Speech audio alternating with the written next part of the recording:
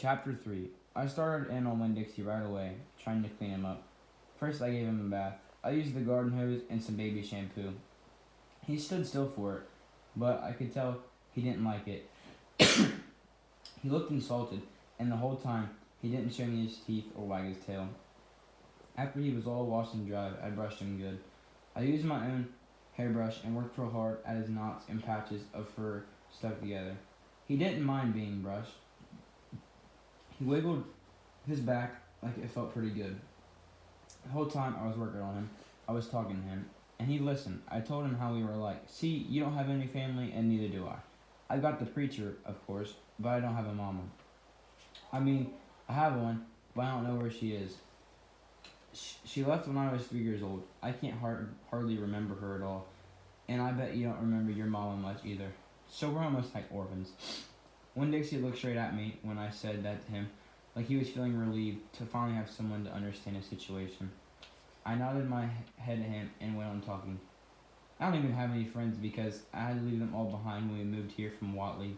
Watley's up in North Florida. Have you ever been to North Florida? Winn Dixie looked down at the ground like he was trying to remember if he had. You know what? Ever since we moved here, I've been thinking about my mama extra hard. More than I ever did when I was in Watley. Winn Dixie twitched his ears and raised his eyebrows. I think the preacher still thinks about my mama all the time. He's still in love with her. I know that because I heard the ladies at the church in Watley talking about him. They said he's still hoping that she'll come back, but he doesn't tell me that. He won't talk to me about her at all. I want to know more about her, but I'm afraid to ask the preacher. I'm afraid he'll get mad at me. When Dixie looked at me hard, like he was trying to say something. What? I said. He stared at me.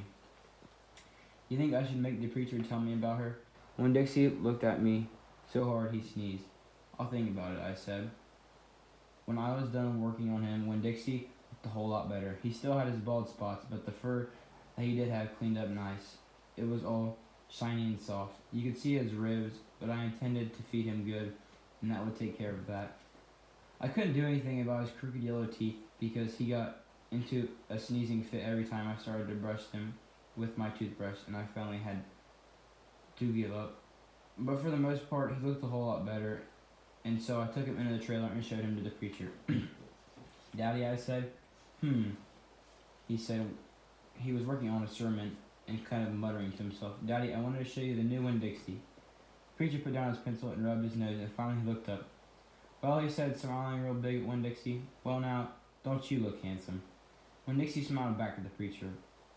He went over and put his head on the preacher's lap. He smells nice too, said the preacher. He rubbed Winn Dixie's head and looked into his eyes. Daddy, I said, real quick before I lost all my nerve, I've been talking to Winn Dixie. Is that right? The preacher said. He scratched Winn Dixie's head. I've been talking to him, and he agreed with me that since I'm 10 years old, you should tell me 10 things about my mama. Just 10 things. That's all. The preacher stopped rubbing Winn Dixie's head and held real still. I could see him thinking about pulling his head back into the shell.